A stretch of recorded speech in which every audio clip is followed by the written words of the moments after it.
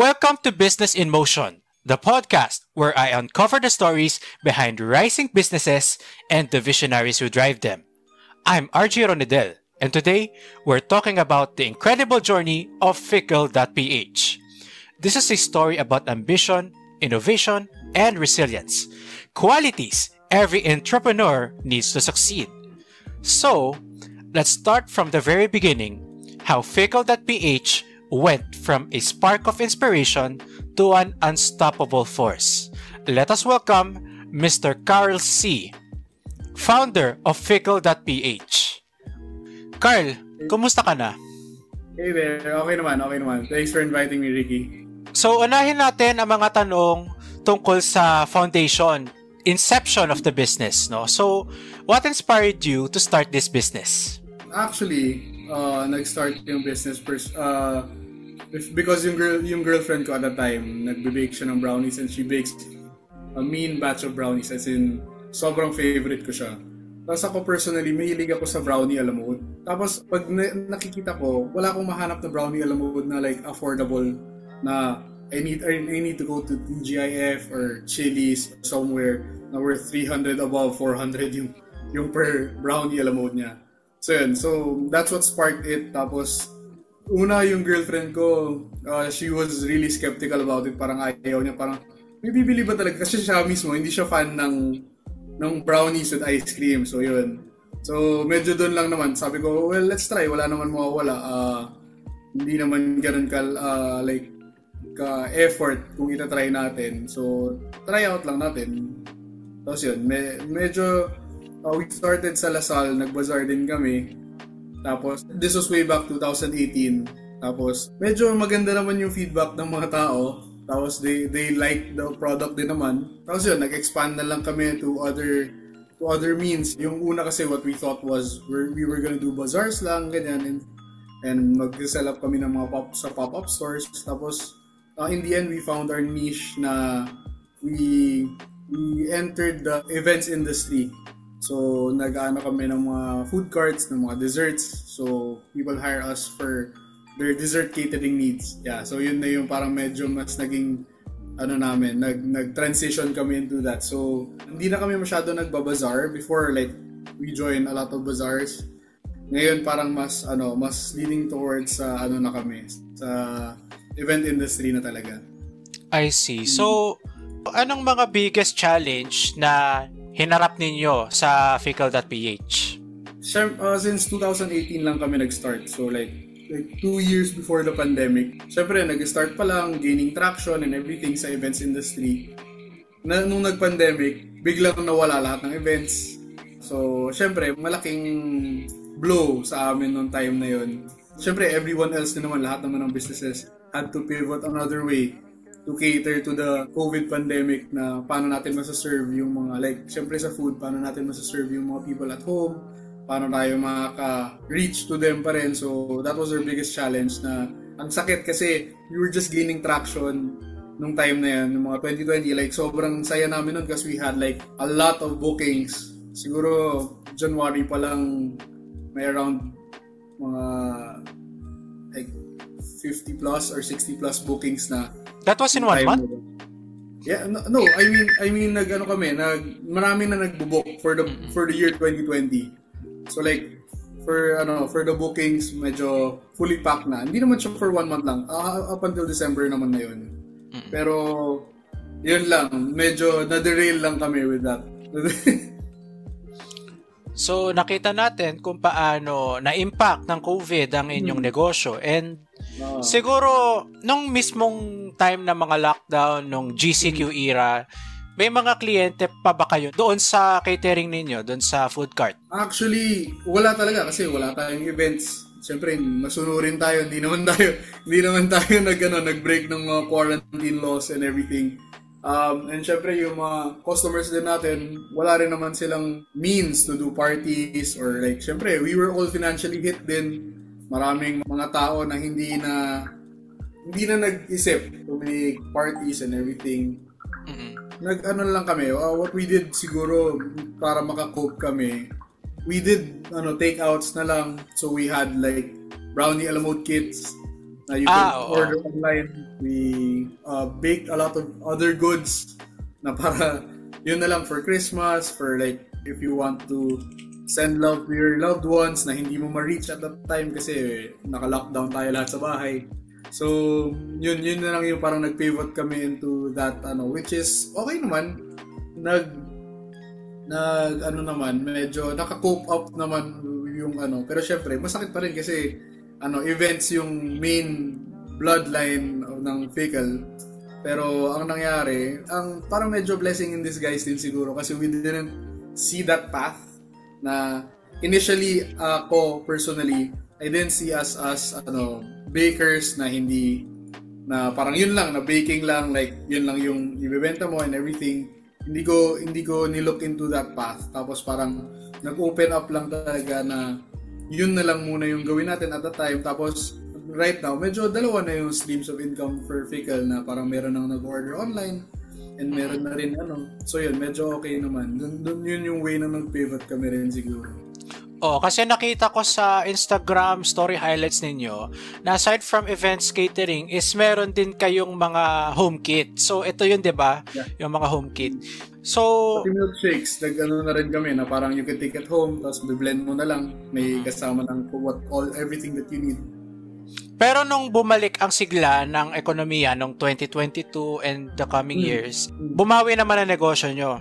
Yeah, bumawi naman. Lang kami. Medyo nag-pick up naman starting around 2022 na. Kasi 2021 may pasulpot-sulpot na events. Pero kasi 'di ba, those were the times na biglang may new variant and lockdown na naman and everything. So hindi ganoon ka-stable. Pero medyo nag-pick up around 2022 ulit siguro yung events industry. Yeah. Mm-mm. So, was there a pivotal moment that made you realize that your business was starting to take off? Bale, kung kailan nyo na-realize na nagbo-boom talaga siya, itong negosyo ninyo? Nung marami ng bookings, kasi like, hindi naman namin masyado kailangan mag-advertise, sila na talaga mismo yung lumalapit, and yun, more on, mas nakikilala na yung brand through, siguro mga referrals from past clients and everything, na nag-pick up na. Kasi before, syempre, struggle talaga when you're starting a business. Ang hirap to get the word out and everything. You have to do a lot of stuff para So yun, medyo dun na and yung mahirap lang sa kanya is kailangan mo rin talaga na to keep the pressure on. Yung next step naman is how you keep this level of people will choose you instead of others, parang ganyan. So yun, medyo doon ko na feel na parang medyo nag-take off na ng konti. Can you say na nag-take off talaga siya as early as your starting year? Hindi naman. Siguro, yun mga around 2020 siguro. Kasi nag-start kami noon, I think may kumuha kasi sa amin na celebrity na further party. Tapos medyo doon nag-pick up din talaga na parang after that, ang daming bookings and everything. Tapos parang people were happy rin kasi dun sa party itself na parang, uy, ang sarap. People were raving dun sa celebrity na parang saan nyo nakuha yung si Fickle, ganyan. So parang mas doon na parang medyo mas nag-pick up ng 2020 talaga. Pero yun nga lang, nahinder lang din talaga ng COVID pandemic. So kaya medyo masakit din talaga. So, napansin ko na karamihan ng inyong mga clients ay mga organizers ng mga children's parties tulad ng birthdays and baptisms. Yung iba pa nga may gender reveal parties. So, do you think you're effectively capturing your target market? We try to. Pero I think marami pang hindi namin natatap, like weddings, which we're trying to enter yung wedding industry. Kasi syempre, doon din talaga nag-start ang lahat. So, when people get married, they have kids. So, parang tuloy-tuloy yung parang repeat order ng mga clients mo. Kasi syempre, it's not every year naman that people have parties for their kids. So, yun yung parang start of parang tinatry namin i-enter. So, siguro this 2025, siguro medyo mas itatry namin i-focus. Medyo naging busy lang this year kasi. Oo, I think you can try dun sa, 'di ba minsan may mga wedding bridal fairs sa SM Mega Mall. Maybe you can try na magpaboot doon and like, kaso di ko alam kung pwede pagkain doon because they are wedding. I think pwede naman. Parang, kasi I recently just got married lang din. Nag-booth, nag-ano kami. Actually, medyo nag-lie low lang din kami last year. Kasi nga, we were planning the wedding. Tapos yun, napapansin nga namin na parang may market din talaga sa wedding industry. Kaya rin namin iniisip siya kung paano siya i-enter and everything. Kaya, yun, medyo we're trying to focus on it next year din siguro. Yun yung parang one of our short-term goals for 2025. Oo nga. So, pansin nga namin na ang pinaka-bestseller ninyong product is yung brownies ninyo, no? So, would you consider it the main focal point of your business? I would say so. Kasi parang currently, parang kami pa lang yung nag-offer ng ganon sa industry ng brownie a la mode na on the spot na ginagawa siya and everything. So I would say na parang siya yung pinaka nag-drive talaga kasi siya yung bestseller namin so far when it comes to parties din. Kahit sa mga bazaars. Ang tawag ninyo sa brownie a la mode ninyo is Robert Brownie Jr., no? Napaka-creative talaga ng mga pangalan ng products ninyo, lalo na yung yun nga, Robert Brownie Jr. and Dip It To Me Baby. So, alam mo, these are very, very clever ideas to sell your product to others. So, anong may sasuggest mo sa ibang mga entrepreneurs who want to make their businesses catchy and appealing to their target market? Depends din talaga. Yung sa amin kasi, the reason why we did those names din na ganun sila kasi hindi ka naman talaga top priority when it comes to like eating. Kasi yung personal thing namin with Fickle in the first place was we were going to join bazaars and we're gonna put up a store and everything ganyan. So parang yun yung iniisip namin na we aren't going to be the top priority. Siyempre if students, meron kayong like sabihin natin may budget ka per day. Pero yung budget mo na per day na yun, pag may excess ka lang, tsaka ka lang you're gonna treat yourself to dessert, di ba? Hindi naman like, alam ka naman uunahin mo yung dessert dan bumili ka ng rice meal or something, di ba? So yun, so we really had to make something na parang that would stand out para at least medyo mas may recall. Like, the names are witty kasi para at least mas may recall. Hindi makakalimutan ng tao and when people see it, palang na parang kahit na hindi nila alam ano yung Robert Brownie Jr., pag nakita nila, they're like, ay, ang nakakatawa naman to, it's nice or something. Tapos they're gonna look at it kung ano ba talaga si Robert Brownie Jr. Siguro, advice towards sa mga other entrepreneurs that would want to try, siguro, create a niche lang din na parang make your products enticing for your customers to buy. Make it more enticing kasi lahat naman tayo, may value tayong binibring sa customers natin. Pero important din talaga how you differentiate and how you market yourself. So, ayun. Do you think na beyond revenue, do you find joy in seeing people's smiles when they discover about your products and try them? Of course. Actually, kaya sa Lasal, di ba, we only do bazaars sa Lasal lang din talaga. Initially kasi, syempre, kami nung wife ko, yung now my wife, we're alumni of the DLSU. So like, mas, parang syempre, we want to be in DLSU pa rin and we want to see how it's changing, how the newer generations, how they act. We're really excited kapag DLSU. We try to man our booths talaga na kami mismo. I find personal joy na kapag nakikita ko na parang, pag natatry nila first time yung Robert Brownie Jr. or yung milkshakes namin na parang iba yung face nila na parang nagla-light up and every time na bumabalik-balik sila, like ikaw, parang in the span of the bazaar, parang twice or thrice ka ba bumalik nun for the milkshakes? Yes, 3 beses.